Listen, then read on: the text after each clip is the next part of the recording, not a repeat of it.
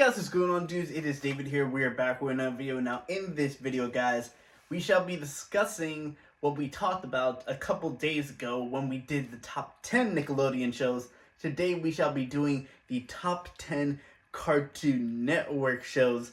Now, I just want to say this. I looked at the list and I looked at it twice. And Cartoon Network has twice as nice as Nickelodeon shows. I tried to make that rhyme, but it didn't eventually rhyme. But anyway, let's get into the top 10 Cartoon Network shows of all time, in my honest opinion. Now, if you guys want to give your opinions, do it below, down in the comments down below. I'm really interested to see what you guys think of my top 10 list of the best shows of all time for Cartoon Network. And now, when I did this list, it's only animated. So if you guys want to see live action, even though Cartoon Network barely had any live action, that's really Disney and Nickelodeon. So I guess it's going to stick straightly to animated shows.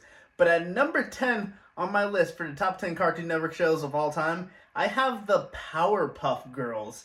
Now, I did rearrange this list, and I did move a show that I did not have on there that I didn't realize I didn't have on there until I was talking to my cousin the other day, and I realized, wait, there's a certain show that's not on this list.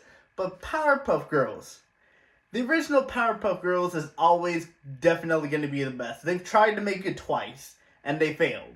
The first time was definitely a failure. The second time was better around because it actually looked like the Powerpuff Girls from the original. And I just want to say this. Every Cartoon Network show and every Nickelodeon show has had created very good moments. Obviously, from Powerpuff Girls, you have Mojo Jojo. You had the reason why they were created, which was Chemical X. Because everybody that watched the show at the beginning were probably like, what is Chemical X? Is Chemical X a real thing? And they eventually found out. I actually don't even know if it's a real thing. I haven't really checked. And I haven't watched Powerpuff Girls in a while, so that's just weird. And then obviously you had him, you had the Rowdy Rough Boys, which were in one episode. I think you had, I forgot what her name is. Her princess something, the spoiled rich girl in Powerpuff Girls. I forgot her name. But yeah, considering Powerpuff Girls is definitely one of the best originals Cartoon Network's had, and they tried to kind of ruin it twice, and they never did work out, and they never did work it out. I think the most recent one that tried to come back only had one season or had a couple episodes before it got canceled. So Powerpuff Girls is at number 10 on my list, and at number 9 we have the Grimm Adventures of Billy and Mandy. Now, I don't care what anybody says. This show has created one of the most iconic moments in show history. A guy that turns himself into chocolate by eating a certain candy and then starts to eat himself while he's chocolate. You're just like, you think Family Guy's stupid. You think American Dad's stupid. No, Billy from Billy and Mandy was just on another level. And then he had a son that was a spider who eventually got married to a spider queen.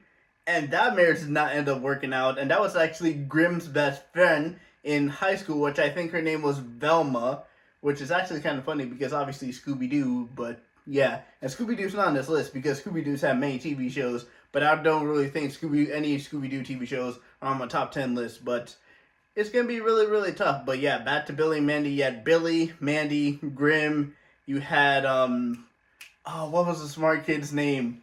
Billy's best friend. I forgot his name.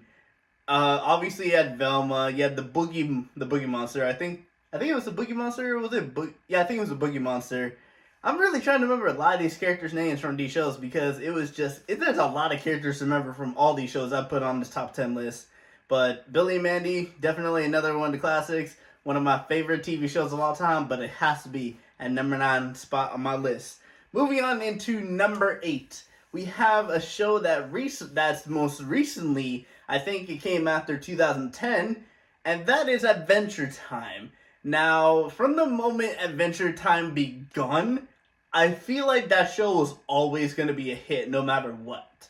This theme song sounds so perfect. You introduce characters that were going to be big parts of the series for the whole show. You had Finn, you had Jake, you had Princess Bubblegum, you had Marceline the Vampire Queen, you had Ice King, you had Gunther, was the Ice King's penguins, you had Flame Princess, and along the show, you got to deal with some of Finn's problems. You got to deal with some of Jake's problems. You got to see like alternate reality where Finn was a girl and then Jake was a girl too. So I forgot. I think his name is Cake and Fiona. I think that was the name of the. I think that was the name of like the alternate universe characters for Adventure Time with Finn and Jake. But looking at the show, I mean, Glob is one of the most known things from Adventure Time, and seeing Ice King trying to kidnap a lot of queens in the show, and he never worked out because Finn and Jake would always save them, and Ice King really never found anyone up until the finale of the show, where the show ended. And the way the show ended, it kind of ended on a good level because you saw the character development between Marceline Vampire Queen and Princess Bubblegum coexist up until the final episode where they finally became a couple. And then you see Finn kind of, like relax and, like be chill with this life after, like a majority part of the first part of the show. He was like, like wondering like which girl does he like. He liked Bubblegum. He did, I think, have a crush on Marceline. And then he did like Flame Princess. And I think he actually dated Flame Princess for a while, but then he lied to her. So Flame Princess dumped him. So yeah. Adventure Time is definitely one of the best shows on Cartoon Network, but it has to be number 8 on my list because at number 7 on my list, we got Dexters Laboratory. Oh man, what is there to say about Dexter's Laboratory? Well, obviously Dexter, one of the smartest kids in the world. Obviously, I actually would wonder who's smarter, Dexter or Jimmy Neutron. Put that, what, Cartoon Network, do that. Do a battle versus Cartoon Network versus Nickelodeon. Put Jimmy against Dexter and see who's the smartest. And if you had to ask my honest opinion about who I think is the smartest between those two, I think it's Dexter. Dexter's got an edge because Dexter is younger than Jimmy in the show, and he knows a lot more. And then also when it comes to Dexter's Laboratory, you had Dexter's sister Dee Dee.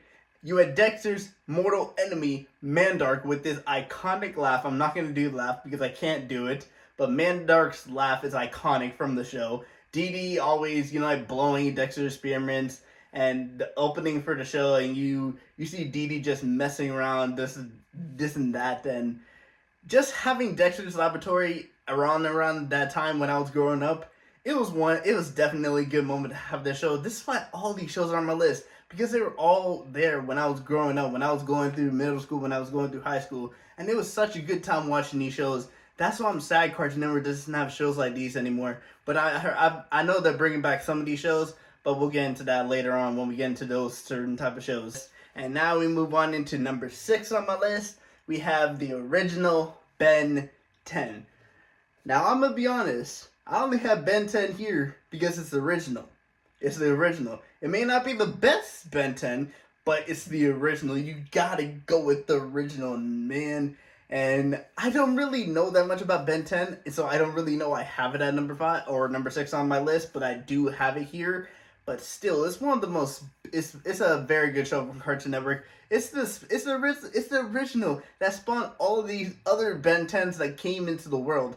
Omniverse, Alien Force, and it's just the reason why all these shows happen, because if the original had not done well, these shows would not have happened. So you can't really say that if Ben 10, even if it had done badly, these shows would still happen. That's definitely not true, which is why Ben 10 is number 6 on my list, but it can't be in the top 5. It can't be in my top 5, because my top 5 list of Cartoon Network shows of all time, at number 5, we have Ed, and Eddie. Whew, this show. The characters from this show. Obviously, we had Ed, and Eddie. We had Ed's sister, which was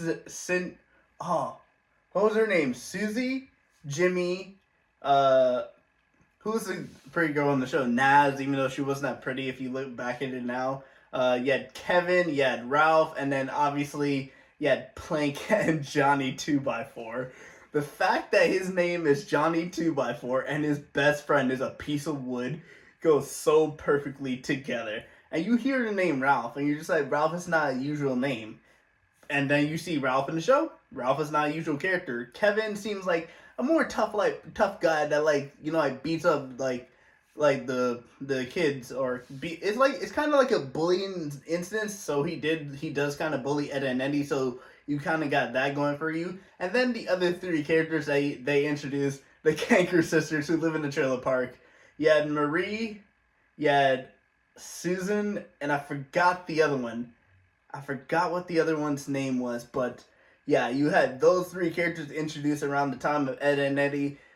Ed and Eddie just had a lot of good things happen. I'm very happy with the way they ended the show with having Ed and Eddie the movie, and like having everyone now like the Ed and Eddie, and then they like they become best friends. Like Jawbreakers. Bruh, I did not realize Jawbreakers were that big until I watched Ed and Eddie, but it's enough of that. It's enough of that.